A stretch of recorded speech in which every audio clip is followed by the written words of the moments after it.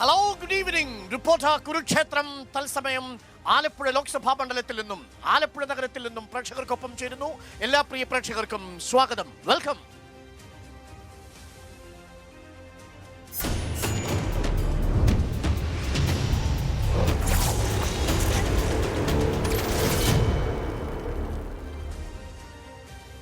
ആലപ്പുഴ മണ്ഡലം കരുത്തർക്ക് പലതവണ കാലിടറിയവർ പിന്നീട് കരുത്തരാവുകയും ചെയ്ത മണ്ഡലമാണ്.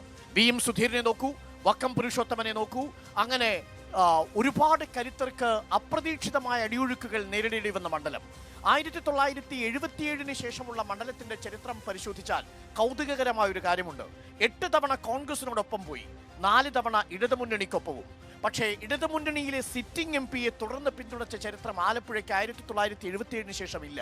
എന്നാൽ ചരിത്രം തിരുത്താൻ കനലൊരു തരിമതി ഹാഷ്ടാഗിൽ വീണ്ടും എത്തുമോ ആരിഫ് എന്നതാണ് പ്രധാനപ്പെട്ട ചോദ്യം. സിറ്റിംഗ് MP-യെ നേരിടാൻ ഏറ്റവും കരുത്തനായ KC വേണുഗോപാലിനെ രംഗത്തിറക്കുമ്പോൾ ഒട്ടേറെ രാഷ്ട്രീയ ചോദ്യങ്ങളും അവശേഷിക്കുന്നു.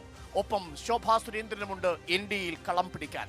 ആലപ്പുഴയുടെ രാഷ്ട്രീയ മനസ്സ് ആരുടെ ഭാഗത്തേക്കാണ് കാറ്റുവീശുന്നത് എന്നതാണ് നമ്മൾ ചർച്ച ചെയ്യുന്നത്. നമുക്കൊപ്പം അതിഥികളായി LDF-ൽ നിന്നും രാഹുൽ, UDF-ൽ നിന്നും അനിൽ ബോസ്, NDയിൽ നിന്നും VS ജിതിൻ ദേവ് അല്പസമയത്തിനകം നമുക്കൊപ്പം എത്തും.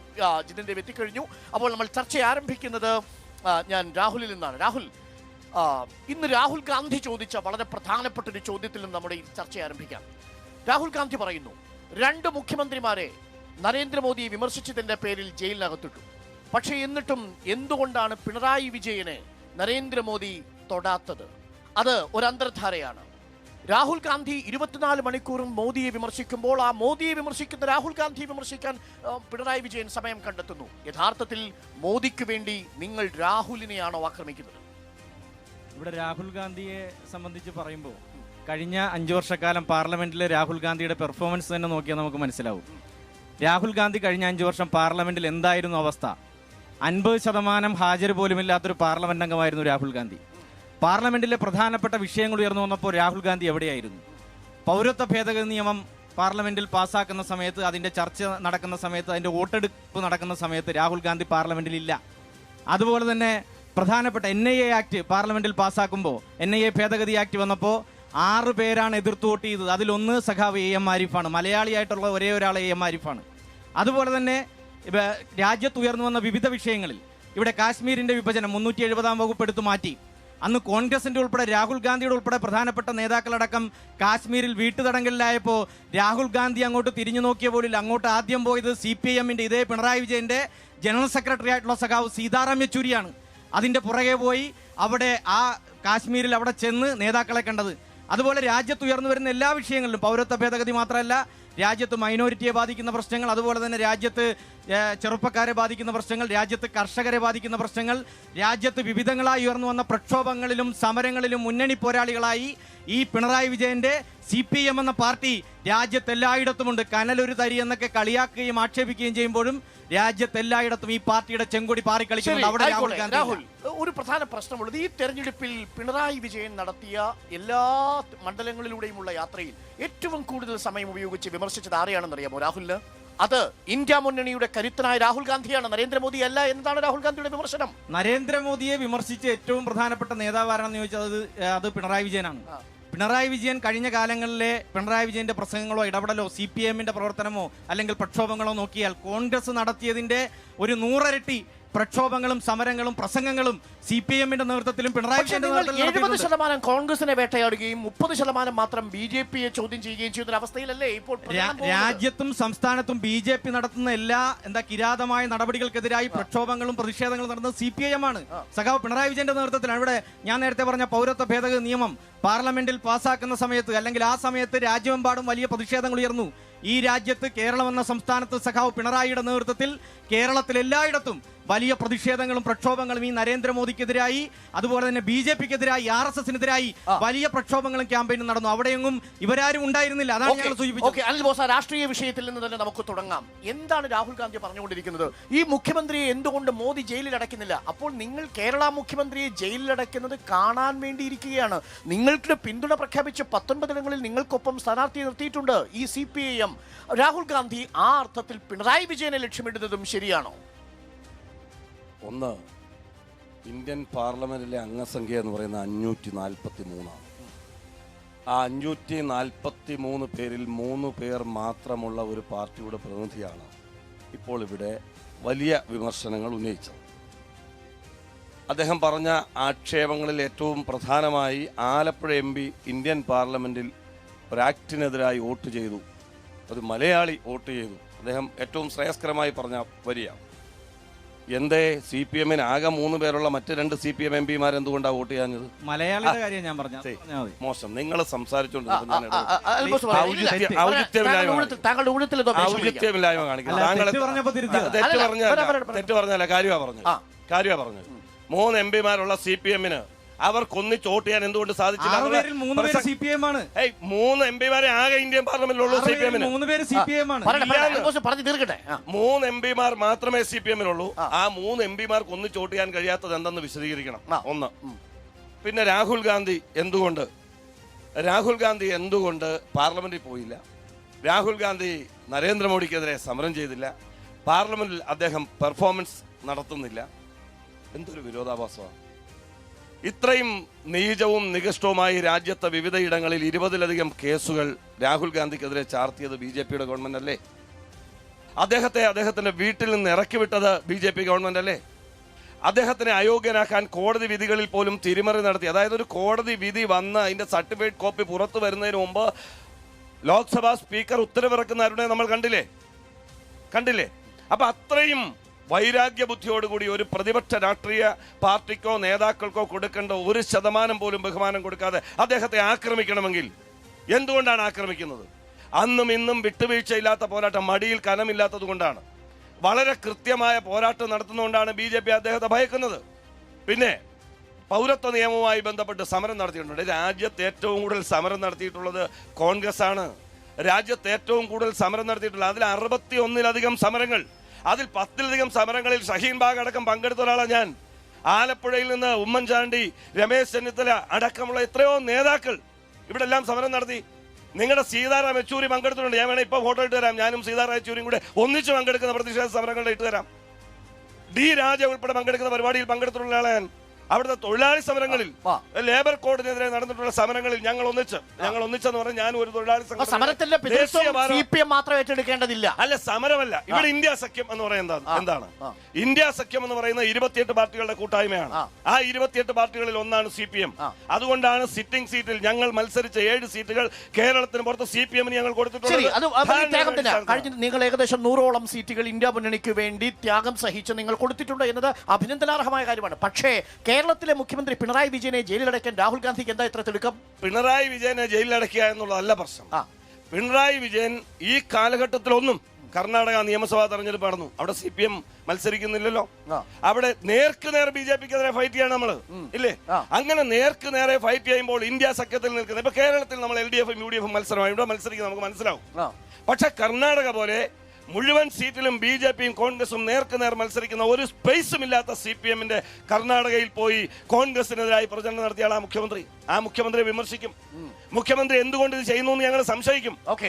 ജാർഖണ്ഡ് മുഖ്യമന്ത്രി ജയിലിൽ കിടക്കുമ്പോൾ, അരവിന്ദ് കെജ്രിവാൾ എന്ന് പറയുന്ന ഡൽഹി മുഖ്യമന്ത്രി ജയിലിൽ കിടക്കുമ്പോൾ ഇവിടെ ഒരുപാട് അഴിമതി ആരോപണങ്ങൾ മുഖ്യമന്ത്രിക്കും മുഖ്യമന്ത്രിയുടെ കുടുംബത്തിനെതിരെ ഉണ്ട്. പകൽ പോലെ യാഥാർത്ഥ്യമാണ്. സ്വർണ്ണക്കടത്താവട്ടെ, മറ്റ് കേസുകളാവട്ടെ, ഞാൻ അതിന്റെ വിശദാംശങ്ങളിലേക്ക് പോകുന്നില്ല.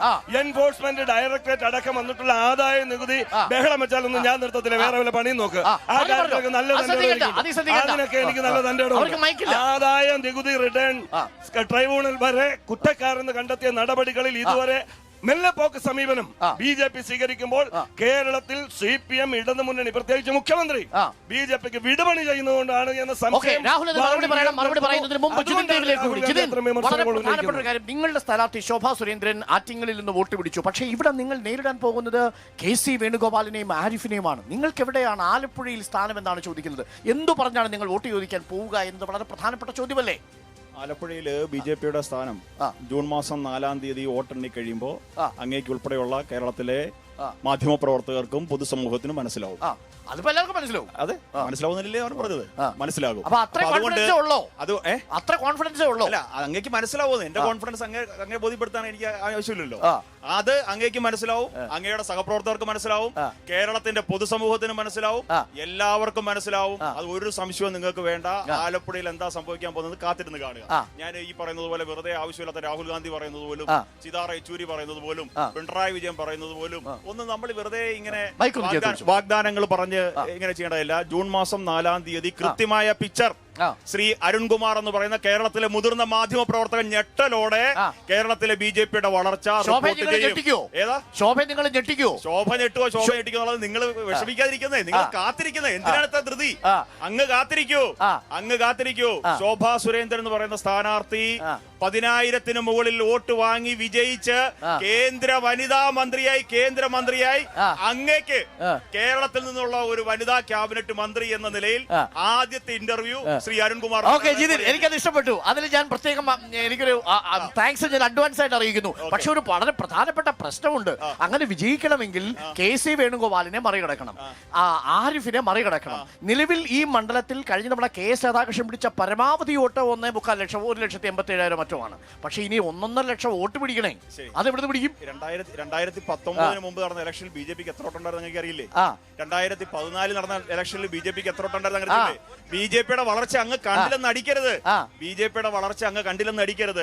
എത്ര ശതമാനം വീതമാണ് കേരളത്തിലെ പൊതുസമൂഹം BJPയെ സപ്പോർട്ട് ചെയ്ത് ഓരോ തെരഞ്ഞെടുപ്പിലും വന്നുകൊണ്ടിരിക്കുന്ന സത്യം അങ്ങ് ഉൾക്കൊണ്ട്. പക്ഷേ 17% വളർന്നിട്ട് അവസാനം 13% ചുരുങ്ങിയില്ലേ നിയമസഭ വന്നപ്പം? എന്റെ പൊന്നു സഹോദര, ചില തെരഞ്ഞെടുപ്പിൽ ചില തിരിച്ചടികൾ ഉണ്ടാകും. പക്ഷെ BJP എങ്ങും ഒളിച്ചു പോയിട്ടില്ല.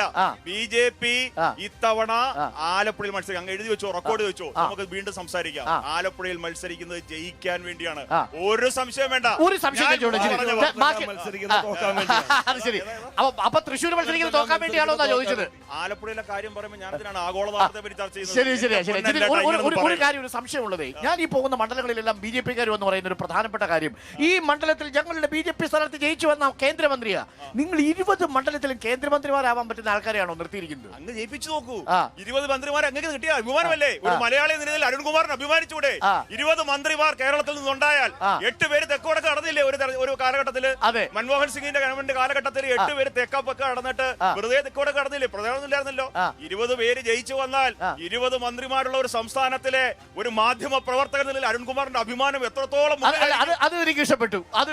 പക്ഷേ എനിക്ക് അറിയേണ്ട ഒരു പ്രധാനപ്പെട്ട ചോദ്യം, ഈ സർക്കാരിന്റെ പ്രധാനപ്പെട്ട പോളിസികൾ ചർച്ച ചെയ്താൽ വിലക്കയറ്റം ഒരു ഭാഗത്ത് നിൽക്കുന്നു, ഇൻഫ്ലേഷൻ, അതാണ് CSDS സർവേയിൽ പറയുന്നത്. രണ്ടാമത്തത് തൊഴിലില്ലായ്മ കഴിഞ്ഞ 10 വർഷത്തിനുള്ളിൽ ഏറ്റവും ഉയർന്ന നിരക്കിലേക്ക് നിൽക്കുന്നു. മൂന്നാമത്തത് പ്രധാനപ്പെട്ട കാര്യം, ഡോളറിനെതിരെ ഇന്ത്യൻ രുപ്പിയുടെ വില പോലും ഇടിഞ്ഞ് താഴേക്ക് പോകുന്ന അവസ്ഥയുണ്ടാവുന്നു. പെട്രോൾ ഡീസൽ ജീവിത ചെലവ് കൂടി. ഇതൊക്കെ സാധാരണക്കാരെ വോട്ടർമാരെ കണക്കാക്കില്ലേ ജിതിൻ? 2014 ശേഷം നരേന്ദ്രമോദി അധികാരത്തിൽ വന്നതിന് ശേഷം നമ്മുടെ രാജ്യത്ത് എത്ര പേർക്ക് സർക്കാർ സർവീസിൽ നിയമനം കൊടുത്തു നിങ്ങൾക്ക് അറിയാമോ? 8,02,497 പേർ SSCയും മറ്റ് RRB ഉൾപ്പെടെയുള്ള 10 വർഷം കൊണ്ട്. 10 വർഷം. ഒറ്റ ചോദ്യത്തിൽ ഒരു കൗണ്ടർ ക്വസ്റ്റ്യൻ ജിതിൻ, നരേന്ദ്രമോദി വാഗ്ദാനം ചെയ്ത് എന്തായിരുന്നു? ഒരു വർഷം എത്രയായിരുന്നു? 2 കോടി. അതായത് 20 കോടി നൽകേണ്ടിടത്ത് അങ്ങ് തന്നെ പറയുന്നു പരമാവധി കൊടുത്തത് 8 ലക്ഷം. ഒരു നിമിഷം അങ്ങ് കേൾക്കൂ, ഞാൻ മറുപടി പറഞ്ഞു തീർക്കട്ടെന്ന്. 2014 മുമ്പുള്ള അങ്ങ് മൈൻഡ് ചെയ്യണ്ട. 2014 മുമ്പ് 10 വർഷം ഇവിടെ പഠിച്ചത് UPA ഗവൺമെന്റ് കൊടുത്തത് 2,08,670 നിയമനങ്ങളാണ്. അങ്ങേക്ക് പരിശോധിക്കാൻ കണക്ക്. ഇനി നരേന്ദ്രമോദി 2 കോടി ജോലി കൊടുത്തോ? ഈ പോകുന്ന തീരദേശത്തൂടെ പോകുന്നു, അതേപോലെ തന്നെ ഈ NHും ഹൈവേയും, അതേപോലെ ഈ പടപ്പണിഞ്ഞ ബൈപ്പാസ്, ഭാരത് മണ്ഡപം, പുതിയ ലോക്സഭാ മന്ദിരം, അയോധ്യ രാമക്ഷേത്രം, പിന്നെ വൈറ്റ് കോളർ. അങ്ങ് എന്ത് വർത്തമാനം പറയുന്നത്? വൈറ്റ് കോളർ ജോബ് മാത്രമാണ് ഈ നാട്ടിലെ തൊഴിൽ.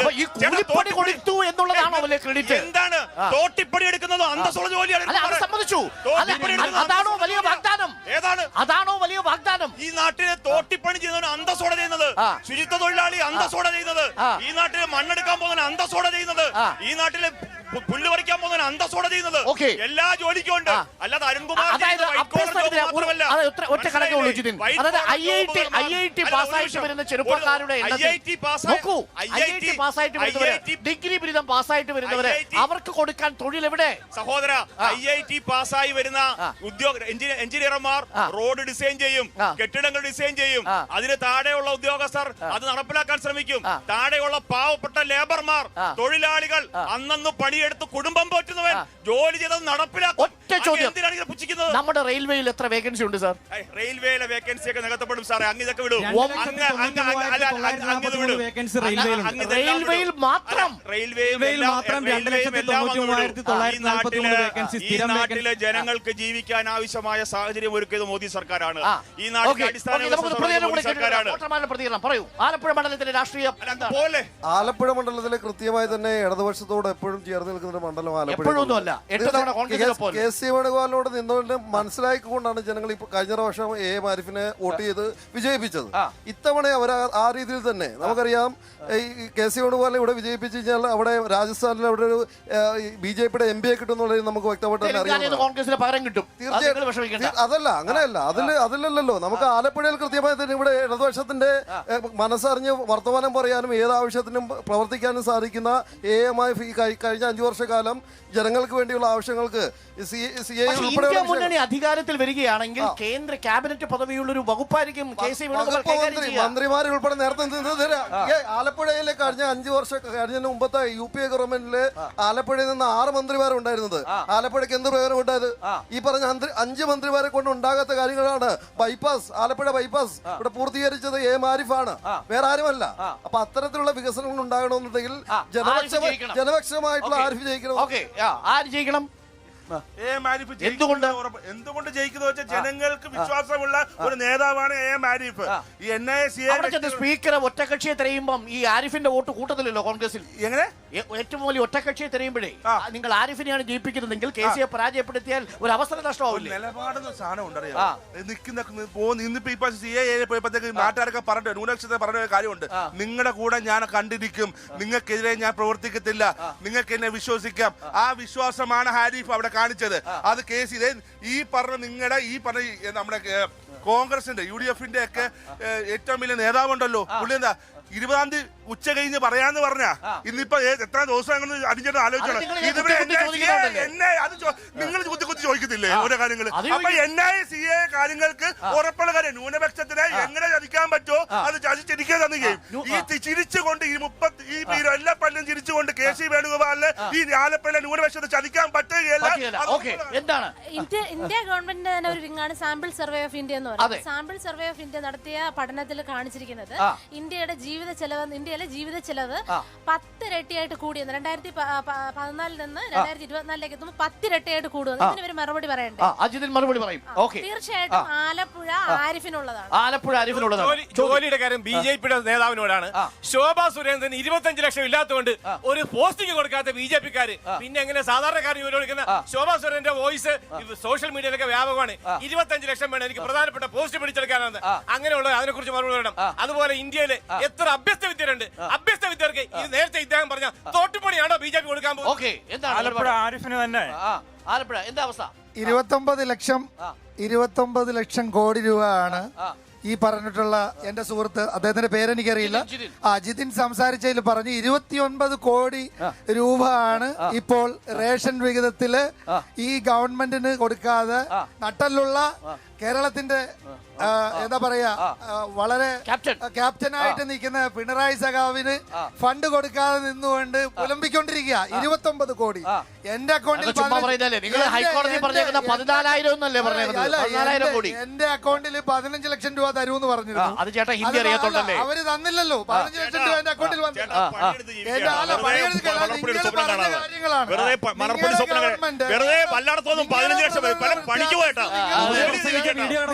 50 രൂപ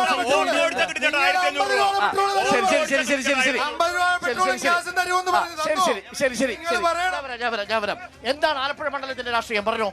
കേന്ദ്ര സർക്കാർ പദ്ധതികള് സ്വന്തം പേരിൽ ഫ്ലെക്സ് അടിച്ചു വെക്കുന്നതാണ് ഇവിടുത്തെ ആരിഫ് ആയാലും വേണുഗോപാൽ ആയാലും ചെയ്തുകൊണ്ടിരിക്കുന്നത്. ഇപ്പൊ കേന്ദ്രത്തിൽ നമുക്ക് നോക്കിയറിയാം വികസനങ്ങൾ എന്ന് പറഞ്ഞു കഴിഞ്ഞാൽ ഇപ്പൊ ഈ കഴിഞ്ഞ 10 കൊല്ലം കൊണ്ട് കേരളത്തിൽ ഉണ്ടായിട്ടുള്ള വികസനങ്ങൾ, റോഡുകൾ, പാലങ്ങൾ, നമുക്ക് എല്ലാ രീതിയിലും അടിസ്ഥാന സൗകര്യങ്ങൾ വികസനമായിട്ടുണ്ട്. അപ്പൊ അതിനെല്ലാം ഫ്ലെക്സ് ബോർഡ് അടിച്ച് സ്വന്തം പേരിലാക്കി വെക്കുന്നതാണ് ഇവിടെ ആരിഫ് കാണിച്ചിട്ടുള്ള വികസനം എന്ന് പറയുന്നത്. കേന്ദ്ര സർക്കാരെ കൊണ്ടുവന്നിട്ടുള്ളൂ എന്നുള്ളതാ. അതെ, തീർച്ചയായും 10 കൊല്ലം കൊണ്ടുള്ള വികസനം ശോഭാ സുരേന്ദ്രന് വോട്ടായിട്ട് മാറും. തീർച്ചയായും മാറും. ഒരു ഫോൺ കോളില് ഞങ്ങൾ വിചാരിച്ചാൽ ഒരുപാട് പെണ്ണുങ്ങളെ ശബരിമല കയറ്റാമെന്ന് പറഞ്ഞ ആളാണ് ആരിഫ്. അപ്പൊ ഇവിടുത്തെ ഹിന്ദുക്കളുടെ വിശ്വാസം കൂടെ മാനിക്കണം. അങ്ങനൊന്നും പറഞ്ഞിട്ടില്ല. അങ്ങനെ വേണ്ടി വന്നാൽ കയറ്റാമായിരുന്നിട്ട് ഞങ്ങളത് ചെയ്തില്ല എന്നാണ് പറഞ്ഞത്.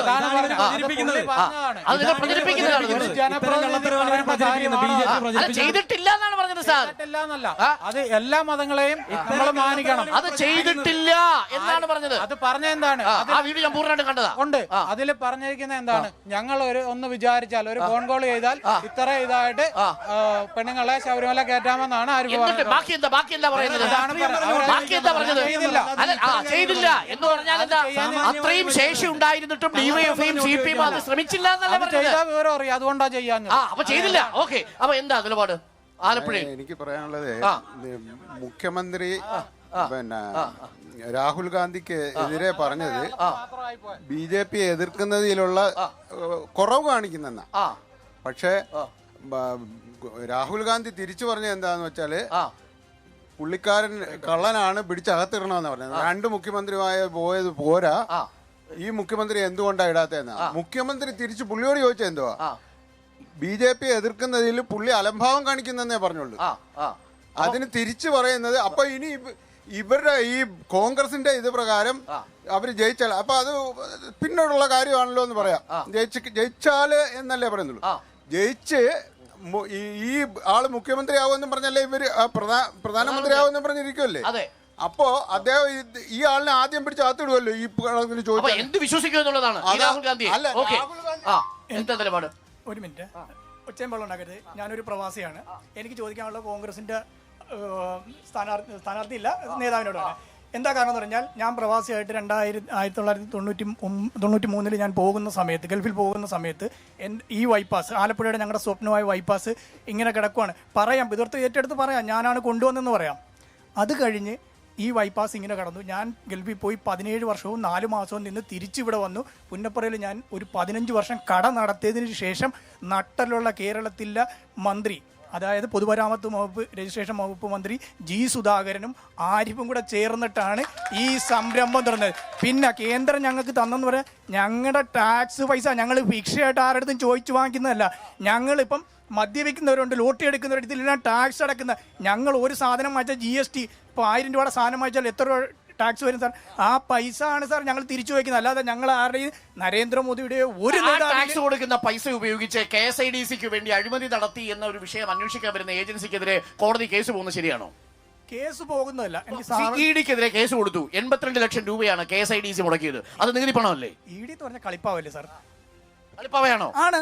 കാരണം എന്ന് പറഞ്ഞാൽ ഒരു രാഷ്ട്രീയ പ്രവർത്തകൻ എന്ന രീതിയിൽ ഇപ്പൊ ED രാഷ്ട്രീയമായ ഒരു ടൂളാണ് എന്നുള്ളതാണ്. ശരി, ഞാൻ അതിലേക്ക് വരാം. അതിനു മുമ്പ് നമുക്ക് ഇവരുടെ പ്രതികരണങ്ങളിലേക്ക് കൂടി പോകണം. ഇടവേളയ്ക്ക് ശേഷം റിപ്പോർട്ടർ കുരുക്ഷേത്രം ആലപ്പുഴയിൽ നിന്നും രാഷ്ട്രീയ ചോദ്യങ്ങൾ കടുന്നു. ഇടവേളയ്ക്ക് ശേഷം short break. Welcome back. Reporter Kurukshetram തത്സമയം ആലപ്പുഴ നഗരത്തിൽ നിന്നും ആലപ്പുഴ ലോക്സഭാ മണ്ഡലത്തിൽ നിന്നും. രാഹുൽ, ഈ KC വേണുഗോപാൽ ആലപ്പുഴയുടെ MP ആയി വന്നതിനു ശേഷമല്ലേ ആലപ്പുഴയുടെ സമഗ്ര വികസനത്തിന്റെ മാറ്റത്തിന്റെ കാറ്റ് വന്നു തുടങ്ങിയത്? ആ KC വേണുഗോപാൽ തിരിച്ചു വരുമ്പോൾ ആലപ്പുഴയിലെ തീരദേശത്തുള്ളവര്, ആലപ്പുഴ നഗരത്തിലുള്ളവര് ഒക്കെ KCക്ക് അനുകൂലമായി ചിന്തിക്കില്ലേ? KC വേണുഗോപാൽ ആലപ്പുഴയിൽ കേന്ദ്രമന്ത്രിയായിരുന്നു, അതുപോലെ തന്നെ MP ആയിരുന്നു, പിന്നെ സംസ്ഥാന മന്ത്രിയായിരുന്നു, MLA ആയിരുന്നു ദീർഘകാലം. പക്ഷെ ആലപ്പുഴയിൽ എന്ത് മാറ്റമാണ് വരുത്തിയെന്ന് നമ്മൾ പരിശോധിക്കണം. ആലപ്പുഴയിൽ നിന്ന് KC വേണുഗോപാൽ KC വേണുഗോപാൽ മാത്രമല്ല, AK ആന്റണി കേന്ദ്രമന്ത്രിയായിരുന്നു, വയലാർ രവി കേന്ദ്രമന്ത്രിയായിരുന്നു, കൊടിക്കുന്നിൽ സുരേഷ് കേന്ദ്രമന്ത്രിയായിരുന്നു, അതുപോലെ PJ കുര്യൻ ഇതിന്റെയൊക്കെ ഭാഗമായി നിന്ന, ജില്ലയുടെ ഭാഗമായി നിന്ന ഒരാൾ കൂടിയാണ്. ഈ സമയത്തൊന്നും ആലപ്പുഴയിൽ നടക്കാത്ത കാര്യങ്ങൾ ആരിഫ് വന്നപ്പോൾ നടന്നു. അതിൽ ഏറ്റവും പ്രധാനപ്പെട്ട ഒന്ന് ആലപ്പുഴ ബൈപ്പാസ് യാഥാർത്ഥ്യമായി. അത് ഞാൻ പറയാം. 2016 ബൈപ്പാസിന്റെ പണി ആരംഭിക്കുന്നത് പിണറായി ഗവൺമെന്റ് വന്നതിന് ശേഷം. ഈ ഗവൺമെന്റ് കേന്ദ്ര ഗവൺമെന്റ് പറഞ്ഞു ഈ ബൈപ്പാസിന്റെ പണി പൂർത്തീകരിക്കണമെങ്കിൽ പകുതി പൈസ സംസ്ഥാന ഗവൺമെന്റ് വഹിക്കണം. 348 കോടി രൂപയാണ് അടങ്കൽ തുക. 174 കോടി രൂപ സംസ്ഥാന ഗവൺമെന്റ് പിണറായി വിജയന്റെ നേതൃത്വത്തിലുള്ള ഗവൺമെന്റ് സഖാവ് ജി സുധാകരൻ നേരത്തെ പറഞ്ഞില്ലേ, ഇവരെല്ലാം മുൻകൈയെടുത്ത് മാറ്റിവെച്ചു. 25 കോടി രൂപ എക്സ്ട്രാ വെച്ചു. 199 കോടി രൂപ അതിനുവേണ്ടി മാറ്റിവെച്ചു. അങ്ങനെ 348 കോടി രൂപ അടങ്കൽ തുകയിലാണ് നമ്മുടെ ആലപ്പുഴ ബൈപ്പാസ് യാഥാർത്ഥ്യം. അതിൽ ആരിഫിന്റെ പങ്ക് 2019 എത്തിയപ്പോ ഈ ബൈപ്പാസിന്റെ പണി അവിടെ നിന്നു, പണി മുടങ്ങി. KC വേണുഗോപാൽ MP ആയിരുന്ന സമയത്തൊന്നും ഇതിനു വേണ്ടി ഒന്നും ചെയ്തില്ല. ആരിഫ് വന്നതിന് ശേഷം 2 മേൽപ്പാലങ്ങൾ, DPR അടക്കം സമർപ്പിച്ചിരിക്കുന്നത് KC അല്ലേ? പറയാം 2 റെയിൽവേ മേൽപ്പാലങ്ങൾ അവിടെ തടസ്സപ്പെട്ടു നിന്നിരുന്നു. ആരിഫ് വന്നു 2019. ആരിഫ് പലതവണ റെയിൽവേ മന്ത്രിയെ കാണാൻ പോയി, വലിയ പ്രതിഷേധങ്ങൾ നടത്തി. പലതവണ ജി സുധാകരനുമായി റെയിൽവേ മന്ത്രിയെയും പ്രധാനമന്ത്രിയെയും ഒക്കെ നേരിട്ട് പോയി കണ്ട് അവസാനം റെയിൽവേയുടെ അനുമതി നേടിയെടുത്തു. അങ്ങനെ 2021 ജനുവരി മാസം 28-ാം തീയതി ആലപ്പുഴ ബൈപ്പാസ് ഉദ്ഘാടനം ചെയ്യപ്പെടുന്നു. ആ ഉദ്ഘാടനത്തിൽ പങ്കെടുത്ത ആലപ്പുഴയുടെ MP സഖാവ് AM ആരിഫാണ്. അന്ന് മുഖ്യമന്ത്രി സഖാവ് പിണറായി വിജയനാണ്, നമ്മുടെ പൊതുമരാമത്ത് മന്ത്രി സഖാവ് ജി സുധാകരനാണ്. ശരി, ബൈപ്പാസിന്റെ അടക്കം ക്രെഡിറ്റ് ആരിഫിനാണെങ്കിൽ ആലപ്പുഴയിലെ ജനങ്ങൾ ആരിഫിനെ അല്ലേ തെരഞ്ഞെടുക്കൂ എന്നതാണ് LDFന്റെ ചോദ്യം. ചത്ത കോഴിയെ പറപ്പിക്കാൻ മിടുക്കന്മാരാ മാർക്സിസ്റ്റുകാർ. ആ കാര്യത്തിൽ ഒരു കുഴപ്പമില്ല. ചത്ത കോഴിയെ പിന്നെ നമ്മള് ബലാബലം പരിശോധിക്കാനാണെന്ന് അരുൺ എന്നോട് പറഞ്ഞില്ല.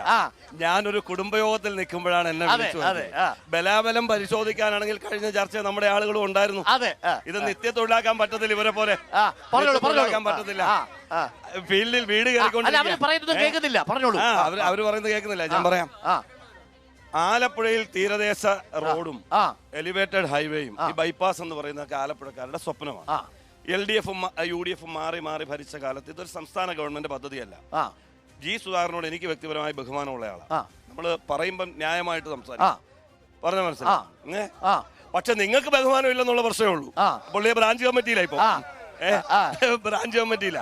അപ്പം ഞാൻ കാര്യത്തിലേക്ക് പറഞ്ഞു.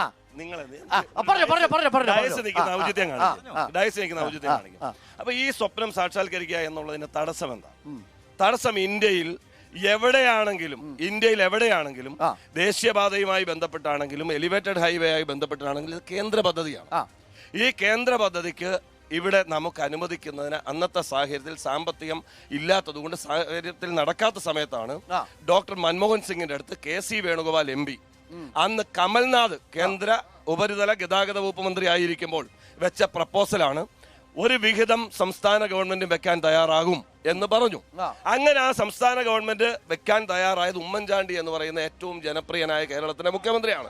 അങ്ങനെ താളവിട്ടോ ഉമ്മൻചാണ്ടിയുടെ പേര് താളവിട് ഉമ്മൻചാണ്ടിയുടെ പേര് പറയുമ്പോൾ അപ്പൊ ഉമ്മൻചാണ്ടിയും ഡോക്ടർ മൻമോഹൻ സിംഗും ചേർന്ന് എടുത്ത തീരുമാനത്തിന്റെ അടിസ്ഥാനത്തിലാണ് രാജ്യത്താദ്യമായി ഒരു ടോൾ ഇല്ലാത്ത എലിവേറ്റഡ് ഹൈവേ, ഒരു ബൈപ്പാസ് ഇവിടെ സാക്ഷാത്കരിക്കപ്പെടുന്നത്. അതിന്റെ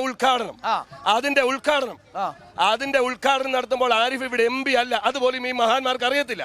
ആരിഫ് ഇവിടെ MP അല്ല.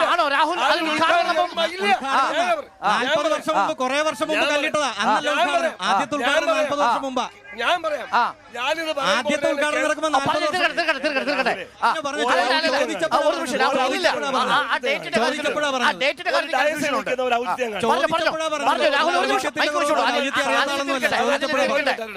സദസ്സിൽ നിൽക്കുന്ന ആളുകൾ ചോദിച്ചപ്പോഴാ പറഞ്ഞു വീണ്ടും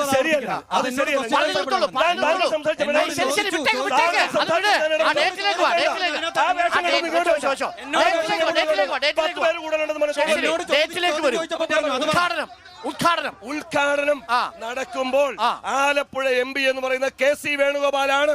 അദ്ദേഹമാണ് പ്രവർത്തനോദ്ഘാടനം നിർവഹിച്ചത്. പ്രവർത്തനോദ്ഘാടനം നിർവഹിക്കുമ്പോൾ KC വേണുഗോപാലാണ്. അതിന് കാരണക്കാരെന്ന് പറഞ്ഞ ഉമ്മൻചാണ്ടിയും ഡോക്ടർ മൻമോഹൻ സിംഗുമാണ്. ആ കാര്യത്തിൽ ഒരു തർക്കവും വേണ്ട. പ്രവർത്തനോദ്ഘാടനം ഒരു നിമിഷം സാർ, പ്രവർത്തനോദ്ഘാടനം എന്ന് പറയുന്നത് നിർമ്മാണോദ്ഘാടനമാണോ? ഓക്കെ, ഒരു നിമിഷം നോക്കൂ രാഹുൽ, ഇതൊരു വലിയ കണ്ടൻഷ്യസ് ഇഷ്യൂ ആണ്. നിങ്ങൾ പറയുന്നു നിങ്ങളാണ് കൊണ്ടുവന്നത്, പക്ഷെ നിർമ്മാണോദ്ഘാടനം എന്ന് പറയുന്ന സംഭവം നടന്നിട്ടുണ്ടോ? 2016 MP ആരാ? KC വേണുഗോപാൽ. നിർമ്മാണോദ്ഘാടനം നടത്തിയത് KC വേണുഗോപാലിന്റെ കാര്യത്തിലാണെങ്കിൽ KC വേണുഗോപാലിനും ഞാനിതിന്റെ- ആരിഫിനും തുല്യ പങ്കാളിത്തം എന്ന് പറഞ്ഞാൽ ചർച്ച കഴിഞ്ഞു. എനിക്ക് പറയാൻ അവസരം തരണം. ഞാനിതിന്റെ വസ്തുത അങ്ങനെയാണെങ്കിൽ CPM പ്രതിനിധി അംഗീകരിക്കണം. ഉദ്ഘാടനം ചെയ്ത നിതിൻ ഗഡ്കരിയ. നമുക്കും പങ്കില്ല, നിങ്ങൾക്കും പങ്കില്ല, അവർക്ക് പങ്കെന്ന് പറയണം. അത് ശരിയല്ലല്ലോ. അത് ശരിയല്ലല്ലോ. വളരെ വ്യക്തമാണ്. ഈ ബൈപ്പാസിന്റെ നിർമ്മാണോദ്ഘാടനം നടന്നിരിക്കുന്നത് KC വേണുഗോപാലിന്റെ കാലത്താണെന്ന് പറഞ്ഞാൽ അലൈൻമെന്റും DPR-ഉം പ്രോജക്റ്റും അപ്രൂവ് ചെയ്തിട്ടുണ്ട് എന്ന് പറഞ്ഞാൽ ആ ഫണ്ട് വരെ അലോട്ട് ചെയ്തിട്ടുണ്ടെങ്കിൽ ബാക്കി കാര്യങ്ങൾ ശരി ആരിഫ് കൂടെ നടത്തി. അപ്പൊ നിങ്ങൾ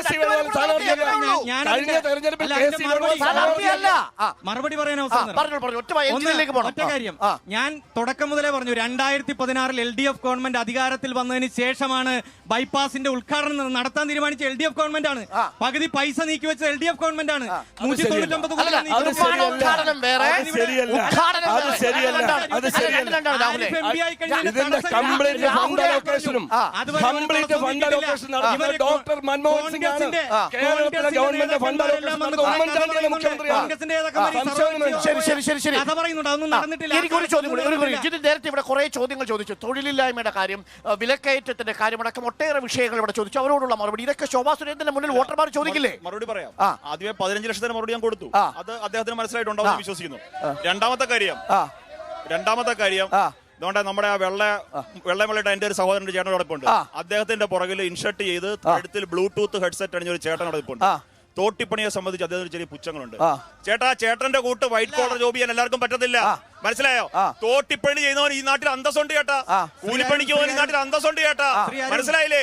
ചേട്ടൻ നിറച്ചു വെച്ച ചേട്ടൻ വഞ്ചി നിറച്ചു വെച്ച് കഴിഞ്ഞാല് ആ വഞ്ചി വൃത്തിയാക്കാൻ അവര് വരേണ്ടി വരും ചേട്ടാ. അതാണ് അദ്ദേഹത്തിന്റെ മറുപടി.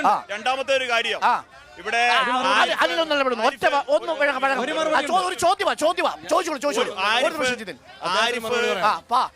പ്രതിവർഷം 2 കോടി ജോലി കൊടുക്കുമെന്ന് പറഞ്ഞ് 10 വർഷം കൊണ്ട് 20 കോടി ജോലി കൊടുക്കേണ്ട സമയത്ത് തോട്ടിപ്പണി കൊടുക്കുമെന്നാണോ നരേന്ദ്രമോദി പറഞ്ഞത്? അതിന് മറുപടി പറയാം. ഇവിടെ മറുപടി പറയാം, ശ്രമിക്കാതെ. അങ്ങയുടെ എല്ലാ സംശയങ്ങളും തീർത്തട്ടേ പോത്തുള്ളൂ. രാഹുൽ ഇവിടെ പറഞ്ഞു ആലപ്പുഴ ബൈപ്പാസ് യാഥാർത്ഥ്യമായപ്പോ ആരിഫായിരുന്നു MP. ആലപ്പുഴ ബൈപ്പാസ് യാഥാർത്ഥ്യമായപ്പോ പിണറായി വിജയനായിരുന്നു മുഖ്യമന്ത്രി. ഇതിനു മുമ്പ് ഇവിടെ VS അച്യുതാനന്ദനും നയനാർ സഖാവും ഉമ്മൻചാണ്ടിയും ആന്റണിയും ഒക്കെ മുഖ്യമന്ത്രിമാരുന്നുണ്ട്. എന്തേ 48 വർഷം കാത്തിരിക്കേണ്ടി വന്നു? നരേന്ദ്രമോദി ഒരു പ്രധാനമന്ത്രി തലയ്ക്ക് മുകളിൽ വന്നിരുന്നതുകൊണ്ട് ആ ബൈപ്പാസ് എന്ന് പറഞ്ഞ സാധനം യാഥാർത്ഥ്യമായത്. അത് അംഗീകരിക്കാൻ അവർ തയ്യാറാവണം. അത് കുഴപ്പമില്ല. രണ്ടാമത്തെ കാര്യം, നിങ്ങൾ 2 കോടി തൊഴിൽ ഓരോ വർഷവും കൊടുക്കാമെന്ന് പറഞ്ഞത് ഈ തോട്ടിപ്പണി ആയിരുന്നു എന്നതാണ് ചോദ്യം. ഞാനിപ്പോ പറഞ്ഞ ആലപ്പുഴ ബൈപ്പാസ് ആയാലും ഇതേ പോകുന്ന ദേശീയപാത വികസനമായാലും ഞാൻ മുമ്പ് പറഞ്ഞതിനകത്ത് ഉറച്ചിരിക്കുന്നു. ഇതൊന്നും ഓം ഹ്രീം കുട്ടിച്ചാത്താന്ന് പറഞ്ഞപ്പോ ഉണ്ടായതല്ല. ഈ നാട്ടിലെ തൊഴിലാളികളും അഭ്യസ്തവിദ്യരായ ഉദ്യോഗസ്ഥരും ടെക്കികളും ടെക്നോക്രാറ്റുകളും പണിയെടുത്ത് ജോലി ചെയ്ത് ലക്ഷക്കണക്കിന് ആൾക്കാരുടെ കഷ്ടപ്പാടാണ് സാർ. ഉൾക്കൊള്ളാൻ അങ്ങ് തയ്യാറാവും. പറയട്ടെ, PSC ജോലി മാത്രമല്ല, മുദ്രാ യോജന വഴി ലോൺ എടുത്ത് സംരംഭം തുടങ്ങിയ ഏതാണ്ട് 1.5 കോടി ആൾക്കാർ ഈ രാജ്യത്തുണ്ട് സാർ. അവരൊന്നും നിങ്ങൾ കണക്കൂട്ടായിരിക്കരുത്. ഈ രാജ്യത്ത് പ്രൈവറ്റ് മേഖലയിലായാലും പൊതുമേഖലയിലായാലും സർക്കാർ സർവീസിലായാലും ധാരാളം തൊഴിലവസരങ്ങൾ ഇന്നുണ്ട്. 2 കോടി തൊഴിലവസരങ്ങൾ നൽകുമെന്ന് അധികാരത്തിൽ വന്ന BJP ഗവൺമെന്റ് അതിന്റെ മറുപടി പറഞ്ഞപ്പോ BJPയുടെ പ്രതിനിധി പറഞ്ഞ വലിയ അത്ഭുതപ്പെടുത്തുന്ന മറുപടിയാണ്. ഇവിടെ ഒരു തൊഴിലിനെയും ഞാൻ അതിന്റെ മഹാത്മ്യം കുറച്ച് കാണുന്നില്ല. എല്ലാ തൊഴിലും നല്ല അതിന്റെ മഹത്തായ തൊഴിലാണ്. പക്ഷേ ഒറ്റ കണക്ക് ഇവിടെ പറഞ്ഞ കണക്ക് തെറ്റാണ്. SSC നിയമനം നടന്നത് 2018-2019 16,748 ആണ്. 2019-2020 14,690.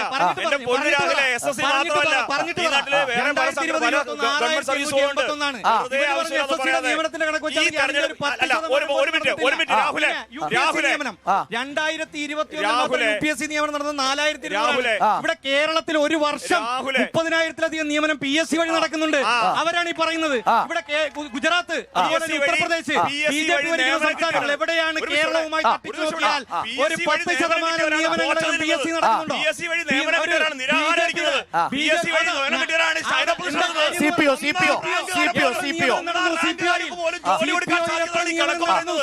നിങ്ങള് നരേന്ദ്രമോദി ഗവൺമെന്റ് ജോലി കൊടുത്തതിന്റെ കണക്ക് CPOയുടെ കാര്യത്തിൽ മാത്രം 4000 നോക്കൂ.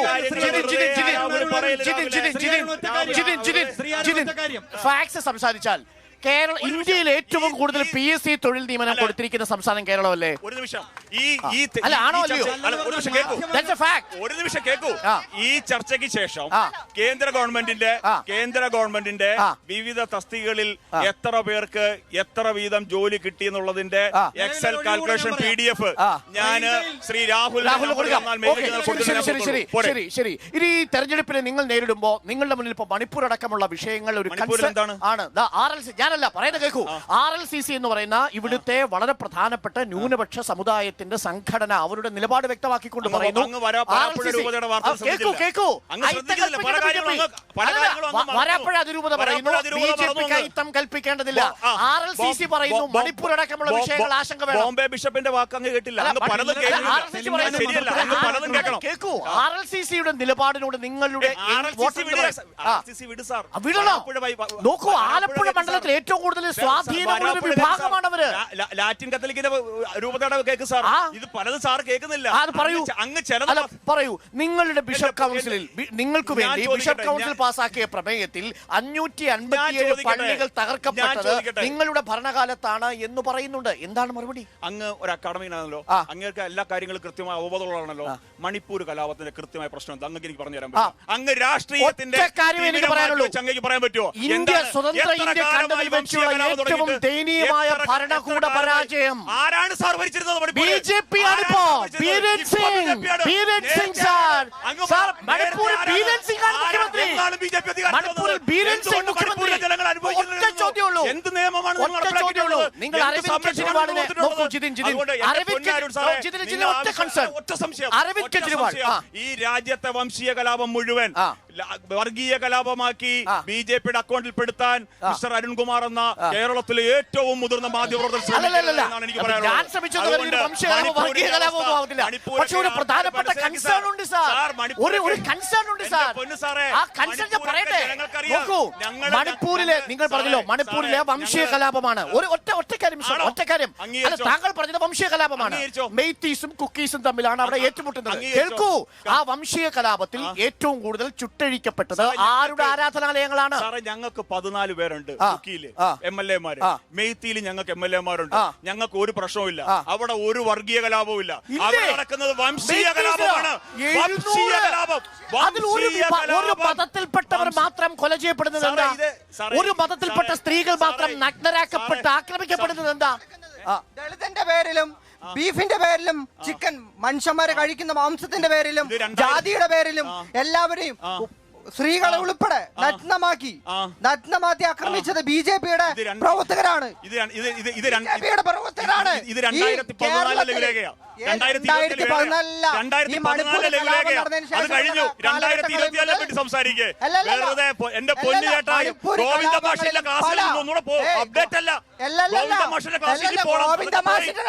2014 2014 സാർ.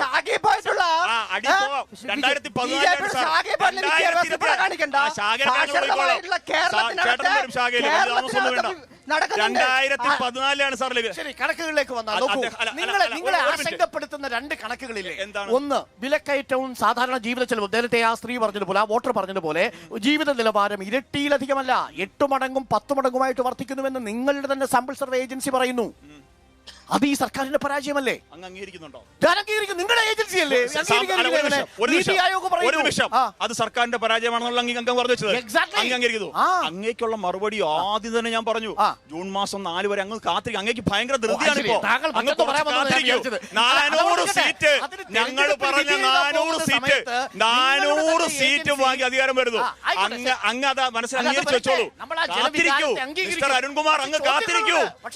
ആ ചോദ്യത്തിന് മറുപടിക്ക് വേണ്ടി അങ്ങ് കുറച്ച് കാത്തിരിക്കും. അല്ല, എല്ലാ ചോദ്യങ്ങൾക്കും എന്റെ ഉത്തരം തേടരുത്. ആ. ആ ചോദ്യത്തിന് അതിന്റെ ഉചിതമായ സമയത്ത് ഉചിതമായ രീതിയിൽ ഉചിതമായ തരത്തിൽ ഈ നാട്ടിലെ പൊതുസമൂഹം മറുപടി പറയും. ഒറ്റ കാര്യം കൂടി എനിക്ക് മറുപടിക്ക് അങ്ങ് ശരി, ശരി, കാത്തിരിക്കൂ. ശരി. രാഹുലിലേക്ക് വരാം. രാഹുൽ, ഈ തെരഞ്ഞെടുപ്പിൽ സംസ്ഥാന സർക്കാരിന്റെ ഭരണവിരുദ്ധ വികാരവും ഒപ്പം തന്നെ കേന്ദ്ര സർക്കാരിന്റെ ദുർഭരണത്തിനുമെതിരായുള്ള വിധിയെഴുത്തായിരിക്കുമെന്നാണ് വി ഡി സതീശൻ പറഞ്ഞത്. എന്ന് പറഞ്ഞാൽ വോട്ടർമാർ വിധി എഴുതുമ്പോൾ അതിന്റെ ആനുകൂല്യം കിട്ടാൻ പോകുന്നത് UDF നാണ്. ഞങ്ങൾ ഈ തെരഞ്ഞെടുപ്പിൽ സംസ്ഥാന ഗവൺമെന്റ് നടത്തിയ വികസന പ്രവർത്തനങ്ങൾ ഓരോന്നോരോന്ന് പറഞ്ഞുകൊണ്ടാണ് ജനങ്ങളോട് വോട്ട് ചോദിക്കുന്നത്. ഇടതുപക്ഷ ഒഴുകി നടക്കുന്ന സിവിൽ സപ്ലൈസിന്റെ റാക്ക് കൊടുക്കാതെ പോയ സാമൂഹ്യക്ഷേമ പെൻഷൻ, സിവിൽ സപ്ലൈസിലും സപ്ലൈകോയിലും പരാതി കൊടുത്തവരാണ്. ഇപ്പൊ ഇലക്ഷൻ സമയത്ത് ഉത്സവ സീസണിൽ അവിടെ 45 ഐറ്റം വിതരണം ചെയ്യാൻ പോയപ്പോ BJP കോൺഗ്രസ് അല്ല ഇനി അവര് പരാതി കൊടുത്തില്ലെങ്കിലും ആ ചന്തയോ ആ രീതി നടക്കാൻ പോകുന്നില്ല. റാക്ക് ഒഴുകി കിടക്കുക. ഇവിടെ മണിപ്പൂർ ഒന്ന് രണ്ട് കാര്യത്തിന് മറുപടി പറയാതെ പോയിരിക്കാൻ പറ്റത്തില്ല. ആ മറുപടിയിലേക്ക് ഞാൻ വരാം. അതിനു മുമ്പും നമുക്കൊരു ചെറിയ ഇടവേള വേണം. ഇടവേളയ്ക്ക് ശേഷം തിരിച്ചു വരാം. വോട്ടർമാരും പ്രതികരിക്കുന്നു. ആലപ്പുഴയിലെ രാഷ്ട്രീയ ചിന്ത ആർക്കൊപ്പമാണിപ്പോൾ? ഇടവേളയ്ക്ക് ശേഷം short break. Welcome back. Reporter Kurukshetram തത്സമയം ആലപ്പുഴ ലോക്സഭാ മണ്ഡലത്തിൽ നിന്നും ആലപ്പുഴയിൽ നിന്നുമാണ്. ചേച്ചി, ആര് ജയിക്കും ആലപ്പുഴയിൽ? എന്താ സാധ്യത? എന്തുകൊണ്ട് ശോഭാ സുരേന്ദ്രൻ? ഒരു ട്രെൻഡാണോ? ആലപ്പുഴയിൽ ഒരു ട്രെൻഡായി മാറിയോ ശോഭാ സുരേന്ദ്രൻ? മോദിയുടെ ഗ്യാരണ്ടിയിൽ വിശ്വാസമുണ്ടോ? തീർച്ചയായിട്ടും വിശ്വാസമുണ്ട്. പെട്രോൾ ഡീസലൊക്കെ വില കൂടിയത് കുഴപ്പമാവോ? കുഴപ്പമാവുന്നില്ല.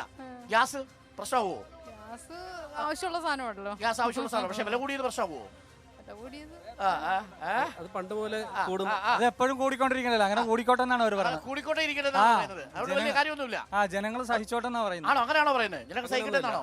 അതാത് സമയങ്ങളിൽ കൂടേണ്ടത് കൂടും. അതാത് സമയങ്ങൾ കൂടേണ്ടത് കൂടും അല്ലെ? അത്രേ ഉള്ളൂ. അതിൽ പ്രത്യേകിച്ച് വോട്ടായിട്ടൊന്നും മാറാൻ പോകുന്നില്ല അല്ലെ? എന്താ ആരൊക്കെ സാധ്യത ആലപ്പുഴ മണ്ഡലത്തിൽ? എന്താ കേസി കാര്യം? എന്തുകൊണ്ട് കേസി? നൈപുണ്യമുള്ള ഒരു നേതാവ് ഇവിടെ ഭരിച്ചിട്ടില്ല. കേസിയെ പോലെ നൈപുണ്യമുള്ള ഒരു നേതാവ് ഇവിടെ ഭരിച്ചിട്ടില്ല അല്ലേ? അല്ലെ? എന്താ കേസി തന്നെ ആയിരിക്കും? വലിയ ഭൂരിപക്ഷം ആയിരിക്കും കേസിക്ക്. ആരിഫിനെ മലർത്തി അടിക്കുവോ? തീർച്ചയായിട്ടും കനലാളിക്കത്തൂല. ജനങ്ങൾ പറയണ്ട. അപ്പൊ കേസി ഒരു നൈപുണ്യമുള്ള നേതാവാണ്. അപ്പൊ കേസി വരുന്നതാണ് മണ്ഡലത്തിൽ കൂടെ. അപ്പൊ കേസി വന്നാൽ രാഹുലിന്റെ കൈകൾക്ക് ശക്തി പകരും. ഉറപ്പായിട്ടും. അപ്പൊ കേസി ജയിക്കും എന്നാണ്. ഓക്കെ, എന്താ മണ്ഡലത്തിലെ സാധ്യത? മണ്ഡലത്തില് ശോഭാ സുരേന്ദ്രൻ ജയിക്കാനാണ് സാധ്യത. എന്തുകൊണ്ട്? കാര്യം ഇത്രയും തവണയായിട്ട് ഈ ഇടതു വലതു മുന്നണികൾ ഭരിച്ചിട്ട് ആലപ്പുഴ കുളം അല്ലാണ്ട് വേറൊന്നും ആയിട്ടില്ല. അതുകൊണ്ട് ഇത്തവണ ദേശീയതയുടെ അടിസ്ഥാനമായിട്ട് ശോഭാ സുരേന്ദ്രൻ തന്നെ ജയിക്കും. ഈ BJP ഭരിച്ച് ജയിച്ച മണ്ഡലങ്ങളൊക്കെ കുളമല്ലാതെ മാറിയിട്ടുണ്ടെന്നാണോ താങ്കൾ പറയുന്നത്? BJP ഭരിച്ച ഏത് മണ്ഡലമാണ് കുളമായിട്ടിരിക്കുന്നത്? കേരളത്തിലില്ല. കേരളത്തിന് പുറത്ത് നിങ്ങൾ ചൂണ്ടിക്കാട്ട്. ഉത്തർപ്രദേശ് പോലെ ആവണം കേരളം എന്നാണോ നിങ്ങൾ പറയുന്നത്? എന്നല്ല പറഞ്ഞത്. ആലപ്പുഴയിൽ എന്തായാലും ഇത്തവണ ശോഭാ സുരേന്ദ്രൻ തന്നെ ജയിക്കും. ശോഭാ സുരേന്ദ്രനാണ് ഇവിടെ ജയിക്കാൻ പോകുന്നത്. 3 വികസനമാണ് പറഞ്ഞിരിക്കുന്നത്. ശോഭാ സുരേന്ദ്രൻ അത് നടപ്പിലാക്കുമെന്നാണ് പറഞ്ഞിരിക്കുന്നത്. സെൻട്രൽ മിനിസ്റ്ററാണ്. ഒന്ന് 1 രൂപയ്ക്ക് അരി, ഭക്ഷണം, ഊണ്, പിന്നെ വനിതയുടെ സംരക്ഷണം, പിന്നെ ഇതൊക്കെ വിശ്വസിച്ചാ? സെൻട്രൽ മിനിസ്റ്റർ എനിക്ക് പിണറായി വിജയൻ. ഞാൻ വേറൊരു ചോദ്യം കോൺഗ്രസ് പ്രതിനിധിയോട് ചോദ്യം ചോദിക്കാനുണ്ട്. ഇന്ന് രാഹുൽ ഗാന്ധി എന്താ പറഞ്ഞ കേരളത്തിൽ പറഞ്ഞിരിക്കണേ? ഇതുപോലെ ഈ പിണറായി വിജയനെ അറസ്റ്റ് ചെയ്തിട്ട് ഞങ്ങൾ അടങ്ങുമെന്നാ പറഞ്ഞിരിക്കുന്നത്. തമിഴ്നാട്ടിൽ പോയി പറയുമോ രാഹുൽ ഗാന്ധി? പറയുമോ? രണ്ടാമത്തെ ചോദ്യം, ഈ ഇടതും വലതും ഇവിടെ പോസ്റ്റ്മാന്റെ പണി പോലും ചെയ്തിട്ടില്ല. മോഡി ഗവൺമെന്റാ ചെയ്തിരിക്കണേ. എന്നിട്ട് ഇവർ എന്ത് തേങ്ങ വാചാലം അടിക്കണേ? മറുപടി അൽബോസ്. അതായത് രാഹുൽ ഗാന്ധി മുഖ്യമന്ത്രിയെ ജയിലിൽ ഇടാൻ വേണ്ടി നടക്കുകയല്ലേ എന്നതാണ് ചോദ്യം. ഇത് ഇന്ത്യ മുന്നണിയുടെ രാഷ്ട്രീയ ധാർമ്മികതയ്ക്കെതിരല്ലേ? നമ്മൾ മനസ്സിലാക്കിയിരിക്കേണ്ടത് ദേശീയ തലത്തിൽ ഇന്ത്യ മുന്നണി എന്ന് പറയുന്നതിന്റെ അത് CPM ഉണ്ടല്ലോ, തർക്കമില്ലല്ലോ. കേരളത്തിന് പുറത്ത് എല്ലാ സ്ഥലത്തും CPM-ഉം കോൺഗ്രസും മറ്റു പാർട്ടികളുമായി സഖ്യത്തിലാണ്. 28 പേർ. എന്തുകൊണ്ട് കേരളത്തിൽ മാത്രം സഖ്യമില്ല? ന്യായമായ ആളുകൾക്കൊരു ചോദ്യം ഉണ്ടാകുമല്ലോ, എന്തുകൊണ്ടാ കേരളത്തിൽ സഖ്യമില്ലാത്തത്? കേരളത്തിൽ സഖ്യമില്ലാത്തതിന് വളരെ കൃത്യമായ കാരണങ്ങളുണ്ട്. കേരളത്തിൽ വളരെ കൃത്യമായ കാരണങ്ങൾ. ഒന്ന്, വാളയാറിൽ 2 പെൺകുഞ്ഞുങ്ങളെ അതിക്രൂരമായി റേപ്പ് ചെയ്തു കൊന്നു. അറിയാമല്ലോ അരുണ്. CPM സഖാവ് ക്രൂരമായി റേപ്പ് ചെയ്ത് കൊന്നു. ഉത്തരവാദിത്തം അല്ലല്ല, CPM മെമ്പർഷിപ്പ് ഒന്നുമില്ല. പാർട്ടി മെമ്പർഷിപ്പ് ഇല്ല, പക്ഷേ ഭരണകൂടത്തിന്റെ പരാജയമുണ്ട്. ശിശുക്ഷേമ സമിതിയുടെ ഇടപെടൽ വേണ്ടത്ര ഉണ്ടായിരുന്നില്ല. അത് ശരിയാണ്. ഈ നാട്ടിലെ കുഞ്ഞുങ്ങളുടെ ജീവൻ സംരക്ഷിക്കുക എന്ന് പറയുന്ന ഒരു ഭരണകൂടത്തിന്റെ പ്രധാനപ്പെട്ട ഉത്തരവാദിത്തമാണ്. ആ 2 കുഞ്ഞുങ്ങളെ നീചമായി കൊന്നിട്ടും ആ നീതി കിട്ടാൻ വേണ്ടി ആ കുട്ടികളുടെ മാതാവായ ഭാഗ്യവതി എന്ന സ്ത്രീക്ക് തല മുണ്ടനം ചെയ്ത്, അരുണിന്റെ തല പോലെ മുണ്ടനം ചെയ്ത് കാസർഗോഡ് മുതൽ തിരുവനന്തപുരം വരെ പ്രതിഷേധ യാത്ര നടത്തേണ്ടി വന്ന നാടാണ് കേരളം. ആണല്ലോ, തർക്കമുണ്ടോ? മുഖ്യമന്ത്രിക്കെതിരെ മത്സരിക്കേണ്ടി വന്നു ധർമ്മടത്ത്, അറിയാലോ. അത്തരമൊരു സാഹചര്യമുള്ള ഈ CPM-മായി യോജിച്ചു പോകാൻ കേരളത്തിൽ ഞങ്ങൾ തയ്യാറല്ല.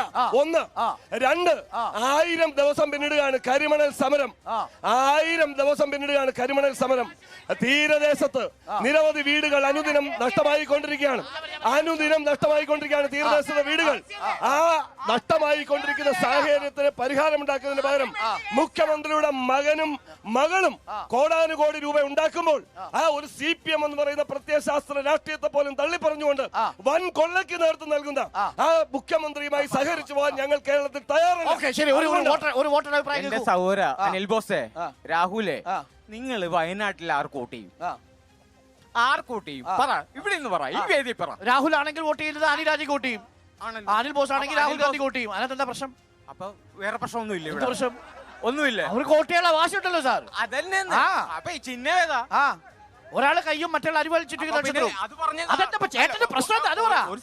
ആലപ്പുഴയിൽ ആര് ജയിക്കും? ഒരു സെക്കൻഡ് അനിൽ ബോസിനോടാണ് ചോദ്യം. അനിൽ ബോസെ, KC വേണുമാല് ഇവിടെ എന്ത് ചെയ്തെന്നാ നിങ്ങൾ പറയുന്നത്? കാരണം ശിലാപോലെ മാളേക്ക് കിടപ്പുണ്ട്, ഏക്കാൻഡിന് ഇട്ടതും ബൈപ്പാസിന്റെ ഇപ്പോഴും കിടപ്പുണ്ട്, മാറ്റിയിട്ടിരിക്കുക. അതായത് നിങ്ങൾ മറന്നു പോകാതിരിക്കുക, മാറ്റിയിട്ടിരിക്കുക. മാളിയമുക്കില് 3-4 പ്രാവശ്യം വയലാറെ വീട്ട്, പിന്നെ വേറെ ആരൊക്കെ വന്ന് ഇട്ടിട്ടുണ്ട്. പക്ഷെ ബൈപ്പാസ് കൊണ്ടുവന്ന ആരാ അനിൽ ബോസെ? ആരാ ബൈപ്പാസ് കൊണ്ടുവന്നത്? ആരാ? BJP കൊണ്ടുവന്നത്. 23 വർഷം KC ഇവിടെ MP ആയും MLA ആയും മന്ത്രിയായും ഇവിടെ ഇരുന്നിട്ട് എന്ത് തേങ്ങ ഇവിടെ ചെയ്ത് ഒരെണ്ണം ചൂണ്ടിക്കാണിക്കാൻ ആലപ്പുഴയിലെ ടൂറിസം പദ്ധതിയൊക്കെ മാറിയില്ലേ? എന്ത് മാറി? ഒന്നും മാറിയാൽ ഇപ്പൊ ഈ പിണറായി സർക്കാർ വന്നതിന് ശേഷം അത് മാറിയത്. ആണോ? ആലപ്പുഴയുടെ മുഖച്ഛായ മാറിയതോ? പിണറായി സർക്കാർ വന്നതിന് ശേഷം മാത്രം ഇതെല്ലാം മാറ്റം വന്നത്. ആണോ? വളരെ പെട്ടെന്ന്. എന്തൊക്കെ പറഞ്ഞാലും ശരി, ആലപ്പുഴയിൽ AM ആരിഫ് ജയിക്കും. അതിന് കാരണം എന്താന്ന് പറഞ്ഞു കഴിഞ്ഞാൽ ഇവിടെ കൃത്യമായി ജനങ്ങളുടെ കണ്ണിൽ പൊടിയിടുന്ന രീതിയിലുള്ള തെറ്റിദ്ധരിപ്പിക്കുന്ന രീതിയിലുള്ള കാര്യങ്ങളാണ് പറയുന്നത്. പക്ഷെ ആരിഫിനെ പറ്റി ഇപ്പോൾ ഇവരുടെ ഒരു വാർ റൂം എന്ന് പറഞ്ഞിറങ്ങിയിട്ടുണ്ട്. വാർ റൂം അല്ല, നുണയുടെ ലേബർ റൂമായി മാറിയിരിക്കുകയാണ്. അവിടെ നിന്നും ഇവിടെ നിന്നും എന്തെങ്കിലുമൊക്കെ തപ്പിയെടുത്തുകൊണ്ട് ആരിഫിനെ അല്ലെങ്കിൽ ഇവിടുത്തെ ജയിക്കും വളരെ വൻ ഭൂരിപക്ഷം വരുമെന്ന് വിചാരിക്കുന്നവരെ ഇല്ലായ്മ ചെയ്യുന്ന രീതിയിലുള്ള കള്ളപ്രചരണങ്ങൾ സോഷ്യൽ മീഡിയ നടക്കുന്നു. ആലപ്പുഴ മണ്ഡലത്തിൽ ആര് ജയിക്കും? എന്തുകൊണ്ട്? നല്ല പ്രവൃത്തിയല്ല. സാറേ, എനിക്ക് ഒരു കാര്യം ചോദിക്കാനുള്ളത്, ഈ കഴിഞ്ഞ പ്രാവശ്യം BJP സ്ഥാനാർത്ഥിക്ക് കിട്ടിയ അത്ര വോട്ട് ഈ പ്രാവശ്യം ശോഭാ സുരേന്ദ്രനെ നിലനിർത്താൻ പറ്റുമോ? ഇതിന്റെ അകത്ത് UDF-ഉം BJP-യും തമ്മിൽ ധാരണയായില്ലെങ്കിൽ ഇവിടെ ഇടതുപക്ഷം ജയിക്കുക തന്നെ ചെയ്യും, യാതൊരു സംശയമില്ല. ശരി. ആര് ജയിക്കാനാണ് സാധ്യത? ശോഭാ സുരേന്ദ്രൻ തന്നെ ജയിക്കുള്ളൂ, യാതൊരു സംശയവും വേണ്ട. എനിക്കൊരു ക്വസ്റ്റ്യൻ ചോദിക്കാനുണ്ട്. ഒരു സംസ്ഥാനത്ത് നിന്ന് ഇലക്ഷൻ നടത്തിയിട്ട് ഒരു ജനത ഒരു സർക്കാരിന് അധികാരത്തിൽ കയറ്റുമ്പോൾ ഒരു മിനിമം ഗ്യാരണ്ടി ആ ജനങ്ങൾക്ക് കൊടുക്കാനായിട്ട് ആ സർക്കാർ ബാധ്യസ്ഥരാണ്. അതിപ്പോ ഭക്ഷ്യവസ്തുക്കളായിക്കോട്ടെ അല്ലെങ്കിൽ മരുന്നുകളായിക്കോട്ടെ, ഈ 2 കാര്യത്തിലും LDF സർക്കാർ പൂർണ്ണ പരാജയമാണ്. 5 പൈസ ഇല്ല ഖജനാവില്. കടം വാങ്ങിച്ചവർ ഓരോ ദിവസം മുമ്പോട്ട് പോകും. എത്ര നാൾ ഇവർ കടം വാങ്ങിച്ച് മുമ്പോട്ട് പോകും? ഇങ്ങനെ കടം വാങ്ങിച്ച് മുമ്പോട്ട് പോകാനാണെങ്കിൽ എനിക്കോ നിങ്ങൾക്കോ ഇവിടെ ആർക്കെങ്കിലും കയറി മുഖ്യമന്ത്രി കസേരയിൽ ഇരുന്നാ പോരെ? ഇയാളെ നമുക്ക് എന്തിനാ ഒരു മുഖ്യമന്ത്രി ഇങ്ങനെ കടം വാങ്ങിച്ച് മുമ്പോട്ട് പോകാൻ? ഞാൻ BCom പഠിച്ച, ഞാൻ കയറി ഇരിക്കാലോ. ഇതിന് നന്നായിട്ട് നമുക്ക് കടം വാങ്ങിച്ച് മുന്നോട്ട് പോകുന്ന LDF-നെ എങ്ങനെ വിശ്വസിക്കും? ഒറ്റ ചോദ്യം. ഒരു ചോദ്യം കോൺഗ്രസിന്റെ നേതാവിനോട്. 1977 VM സുധീരൻ തുടങ്ങിയ കോൺഗ്രസിന്റെ MP ആയിട്ട് തുടർന്ന് 8 പ്രാവശ്യം കോൺഗ്രസ് ഇവിടെ വിജയിച്ചു. ആലപ്പുഴ പാർലമെന്റ് മണ്ഡലത്തിൽ അങ്ങ് അരൂര് തൊട്ട് കരുനാഗപ്പള്ളി വരെ തീരദേശ മേഖലയാണ് പൂർണ്ണമായിട്ടുള്ളത്. അവിടെ ഏത് തരത്തിൽ തീരദേശവാസികൾക്ക് എന്ത് ഗുണകരമായിട്ടുള്ള പദ്ധതിയാണ് നിങ്ങൾ നടപ്പിലാക്കിയത്? ഒരു ചോദ്യം, CPM-ന്റെ ഒരു ചോദ്യം. ഇവിടെ കർഷകരെ സംരക്ഷിക്കുന്നു പറഞ്ഞു വടക്കേ ഇന്ത്യയിൽ പോയി സമരം ചെയ്തവരാണ് CPM-ന്റെ കൊട്ടുകുത്തി നേതാക്കന്മാർ. ഇവിടെ പാവപ്പെട്ട അമ്പലപ്പുഴ താലൂക്കിൽ ഇവിടെ പ്രസാദ് അടക്കം, തകഴിയിൽ പ്രസാദ് അടക്കം, ഇവിടെ വണ്ടാനത്ത് ഒരു കർഷകൻ മരണപ്പെട്ടു. എന്താണ് ഇവരുടെ CPM-ന്റെ ഘടകം ചെയ്തു കൂട്ടി? രാഹുൽ മറുപടി 30 സെക്കൻഡ്സ് 30 സെക്കൻഡേ ഉള്ളൂ. രണ്ട് മൂന്ന് കാര്യങ്ങളുണ്ട്. ഒന്ന് മണിപ്പൂരുമായി ബന്ധപ്പെട്ട് പറഞ്ഞ കാര്യം ഇപ്പൊ ഇവിടെ മറുപടി പറഞ്ഞോ, സമയമില്ല. കർഷകർ ഇപ്പൊ BJP-യുടെ പ്രതിനിധിയാണല്ലോ ചോദിച്ചത്. അത് BJP നേതാവിനോട് ചോദിക്കണ്ടേ. 790 കോടി രൂപയാണ് കർഷകർക്ക് കൊടുക്കാനുള്ള കർഷകരുടെ വിഹിതം കേന്ദ്ര സർക്കാർ തടഞ്ഞു വെച്ചിരിക്കുന്നത്. അതാണ് ഒന്ന്. കേന്ദ്ര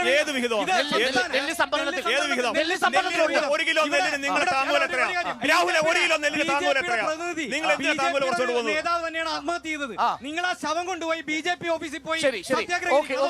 അടുത്ത കാര്യം ഇന്ത്യ മുന്നണിയായി ബന്ധപ്പെട്ട് പറഞ്ഞു. ഇന്ത്യ മുന്നണി എന്താണ് ഈ തെരഞ്ഞെടുപ്പിനെ നേരിടുന്ന രാഷ്ട്രീയ ധാരണ പോലും അറിയാത്ത ഒരാളാണ് കോൺഗ്രസിന്റെ പ്രതിനിധിയോട് സംസാരിച്ചത്. BJP ശക്തിയല്ലാത്ത കേരളത്തിൽ അവിടെ കോൺഗ്രസും അതുപോലെ തന്നെ ഇടതുപക്ഷവും തമ്മിൽ മത്സരിക്കുകയാണ്. അതുപോലും പറയാതെ ഇവിടെ മറ്റു കാര്യങ്ങൾ പറഞ്ഞ് നിലവിൽ ശ്രീ KC വേണുഗോപാൽ പാർലമെന്റ് അംഗമായപ്പോഴും അതിനു മുമ്പ് MLA ആയിരുന്നപ്പോഴും ആലപ്പുഴയിൽ നടത്തിയിട്ടുള്ള സമഗ്രമായ വികസനത്തിൽ ഏറ്റവും പ്രധാനപ്പെട്ടതാണ് ആലപ്പുഴ മെഡിക്കൽ കോളേജിനെ സൂപ്പർ സ്പെഷ്യാലിറ്റി ആക്കിയത്. ഒന്നാമത്തെ കാര്യം. രണ്ടാമത്തെ കാര്യം വൈറോളജി ഇൻസ്റ്റിറ്റ്യൂട്ട്. മൂന്നാമത്തെ കാര്യം പവർ എഞ്ചിനീയറിംഗ് കോളേജ്. നാലാമത്തെ കാര്യം ഹൗസ് ബോട്ട് ടെർമിനൽ. ഇവിടെ ഒരു ചേട്ടൻ ഒരു ആശങ്ക പങ്കുവച്ചു. BJP-യുടെ വോട്ട് കഴിഞ്ഞ പ്രാവശ്യത്തേക്കാൾ കൂടുവോ കുറയുന്നു. അങ്ങനെ BJP-ക്ക് വോട്ട് ചെയ്യാൻ നിൽക്കുന്ന ആളാണ് ഞാൻ വിശ്വസിക്കുന്നത്. അങ്ങോട്ടും ആശങ്കപ്പെടേണ്ട, അങ്ങോട്ട് വോട്ട് ചെയ്തോളൂ. ഇവിടെ ഞാൻ അരുൺകുമാറിന് ഉറപ്പുണ്ട്. ശോഭാ സുരേന്ദ്രൻ ജയിച്ച് ക്യാബിനറ്റ് മന്ത്രി വരുമ്പോ അങ്ങേക്കായിരിക്കും ആദ്യത്തെ ഇന്റർവ്യൂ.